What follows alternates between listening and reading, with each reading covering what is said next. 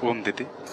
दीदी, ये जो 37 नंबर श्लोक है, कतो वा प्राप्स्यसि स्वर्गं जित्वा वा भक्ष्यसे महीम् तस्मात् उत्तिष्ठ कौन्तेय युद्धाय कृतनिश्चय।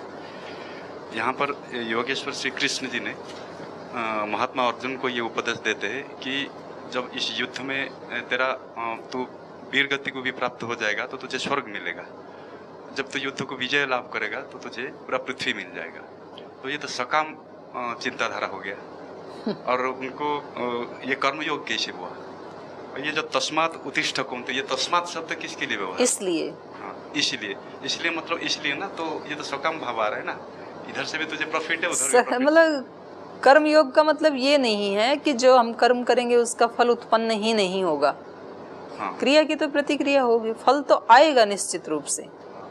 आप कोई भी बीज अपने खेत में बोएंगे तो आप चाहें या ना चाहें, वो जिस चीज का बीज है उसका वृक्ष तो उगेगा और उस वृक्ष पे वैसे फल भी लगेंगे।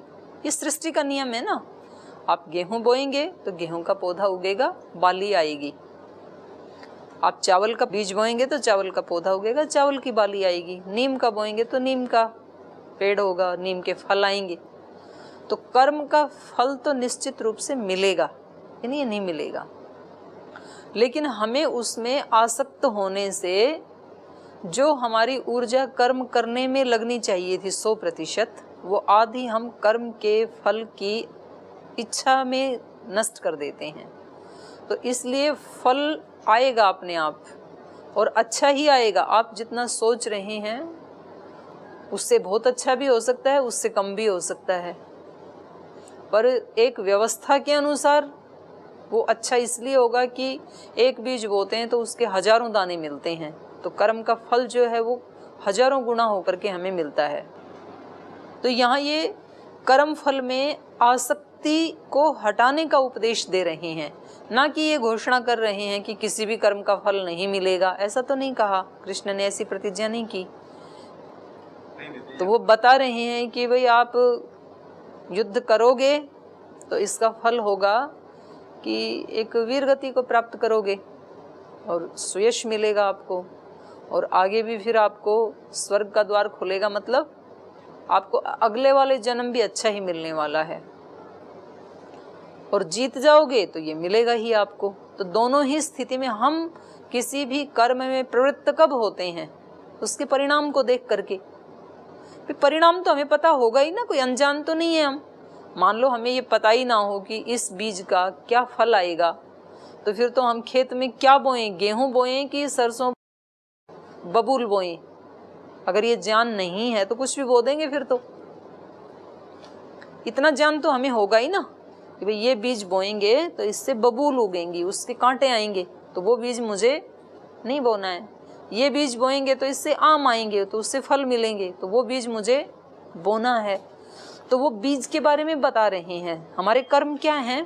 बीज जैसे हैं कि ये जो तू कर्म कर रहा है तो इसका जो फल है, इस पे जो फल आने वाले हैं, तो वो दोनों ही दृष्टि से अच्छे हैं, इसलिए तुझे युद्ध करना ही चाहिए। जानकारी तो होगी ना योगी को भी, उसमें आसक्ति नहीं रखनी है।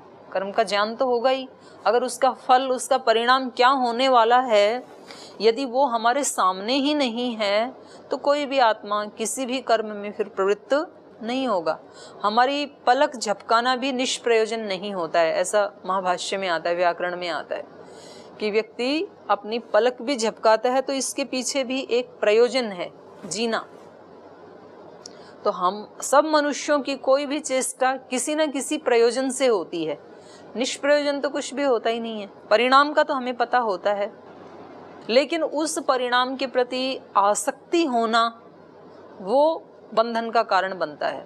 आप लोग अष्टांग योग का पालन कर रहे हैं, यम नियमों का पालन करते हैं, आसन प्राणायाम का करते हैं, प्रत्याहार का करते हैं, फिर धारणा ध्यान समाधि का प्रयास करते हैं, तो मालूम है ना कि इसका परिणाम अच्छा ही होने वाला है।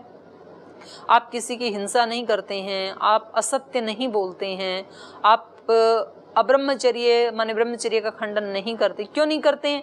पता है कि उसका परिणाम अच्छा नहीं है। तो प्रवृत्त हम किस क्रिया में होंगे? जिसके परिणाम के बारे में हमें पता है। तो भगवान कृष्ण परिणाम बता रहे हैं कि इसका परिणाम अच्छा ही होने वाला है। अर्जुन को क्या आशंका थी कि इनको मारने से मुझे पाप लगेगा, तो इसलिए वो प्रवृत्त नहीं हो रहा था। तो कह रहे हैं कि पाप नहीं लगेगा, दोनों ही दृष्टि से इसका परिणाम पुण्यात्मक ही होगा। तो हमें परिणाम का तो ज्ञान होना ही चाहिए और होता भी है, तभी हम उसमें प्रवृत्त होते हैं।